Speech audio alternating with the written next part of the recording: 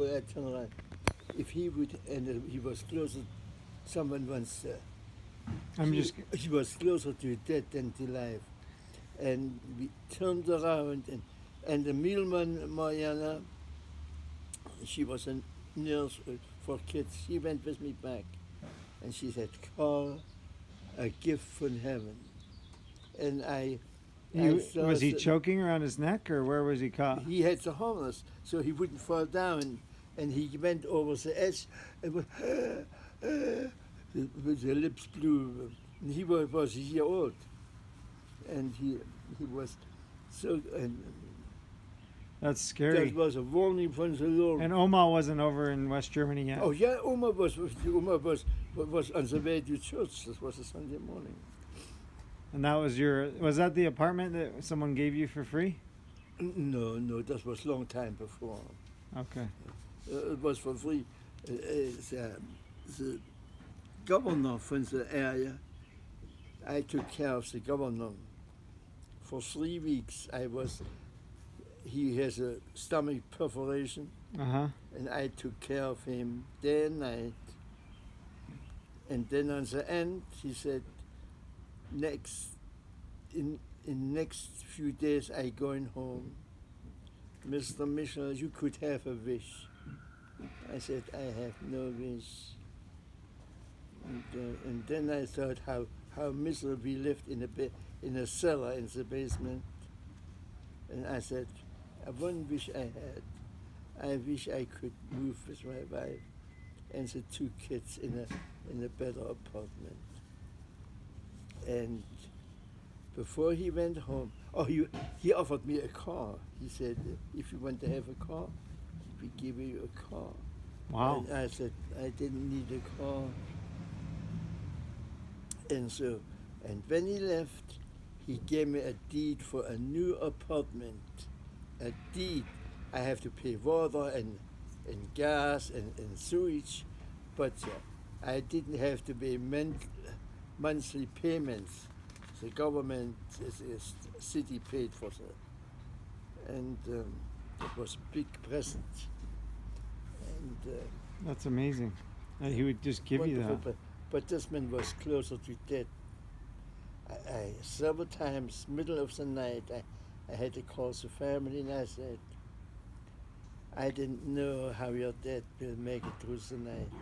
And she came, big family, big parent.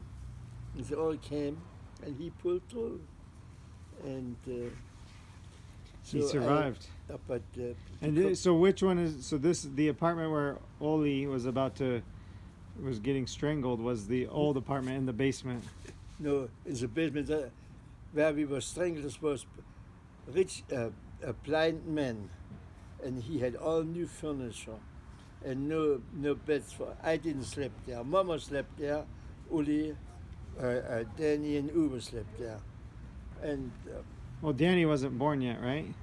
No, that was long. Uwe wasn't born even. Yeah. It was over in Gentil born here. Okay. And so I. And the spirit told you to go back.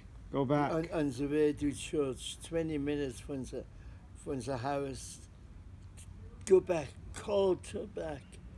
I said, go back, go away. And we walked to the streetcar to go to church. And then I said to my wife, I said, I have to go back. Something says, go back. And my friend, they lived there too, von Mielmans, who come from East Germany, and she said, and she was a children's nurse, and she said, I go back with you. And we went back there.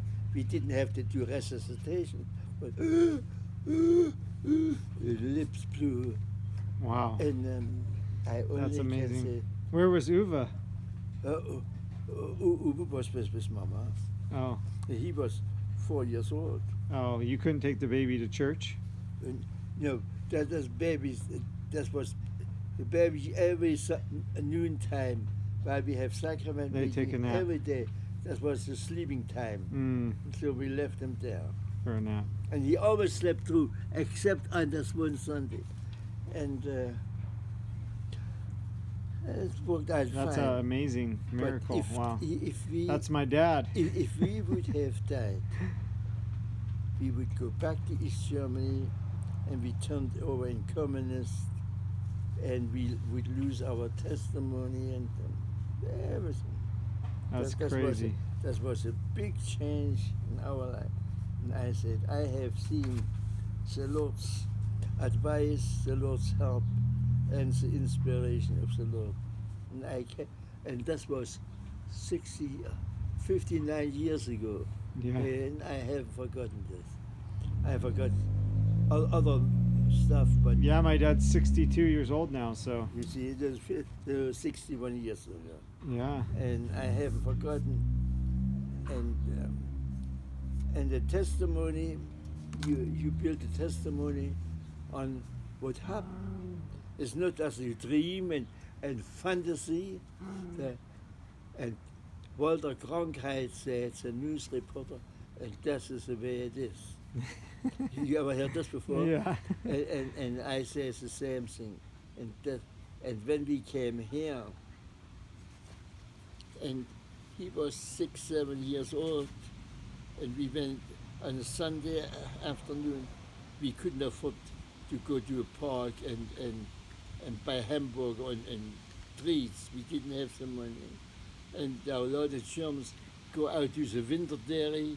Once a year they have people that give them chocolate and hot roll. And so we went Sunday out to 3 o'clock in the afternoon. We went out, and I had still this $50 car. And we took, and that was, we had by Kennecott on the west side was a dairy.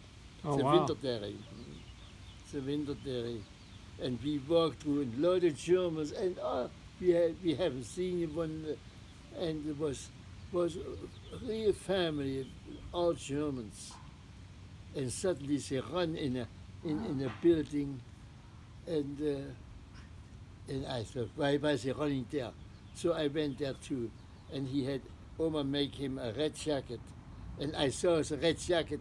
The band goes, the Corvette band kept going, and the arm was in it, and where it was connected with a clamp, just grabbed his arm, and it opened up from the middle finger up to the middle arm.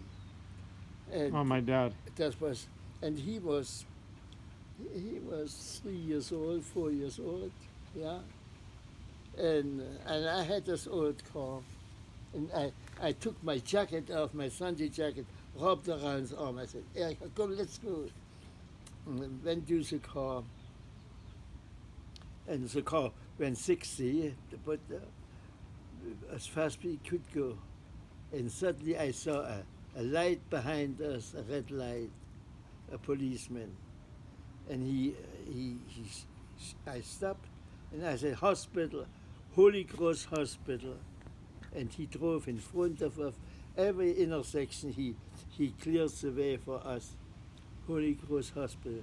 And it was Sunday afternoon, 7 o'clock, we came to the hospital. And we have 60 doctors, and only 2 doctors who specialize in hand surgery. And my wish and my prayer was one of the 2 would be there. And I arrived there, and Mama had Ollie on his lap. I rushed inside and looked on the board, and his light was on. And I called him, I said, Dr. Baumann, don't go home. My son needs you right now. Karl, I've been here. I want to go home a long time ago. And he came down and he operated till midnight. The tendons, the nerves, the arteries, the veins, all he put together. And I see in this one, the Lord sent you. Wow. And so you Dr. over Bowman? the years, you see so much. A lot of people say, "Oh, you're a dreamer." No, it's not dreaming. What happens, it happens. Why do they say you're a dreamer? But when you fantasy and think, the Lord is there. Believing in God? Yeah, that's right. and so a testimony, and I have some testimony, and I cannot deny it. And so I still can say, I know that my Redeemer lives. And he was good to me, good to my family, to my Oma, and life goes on. We're not made forever. There's a come and a go.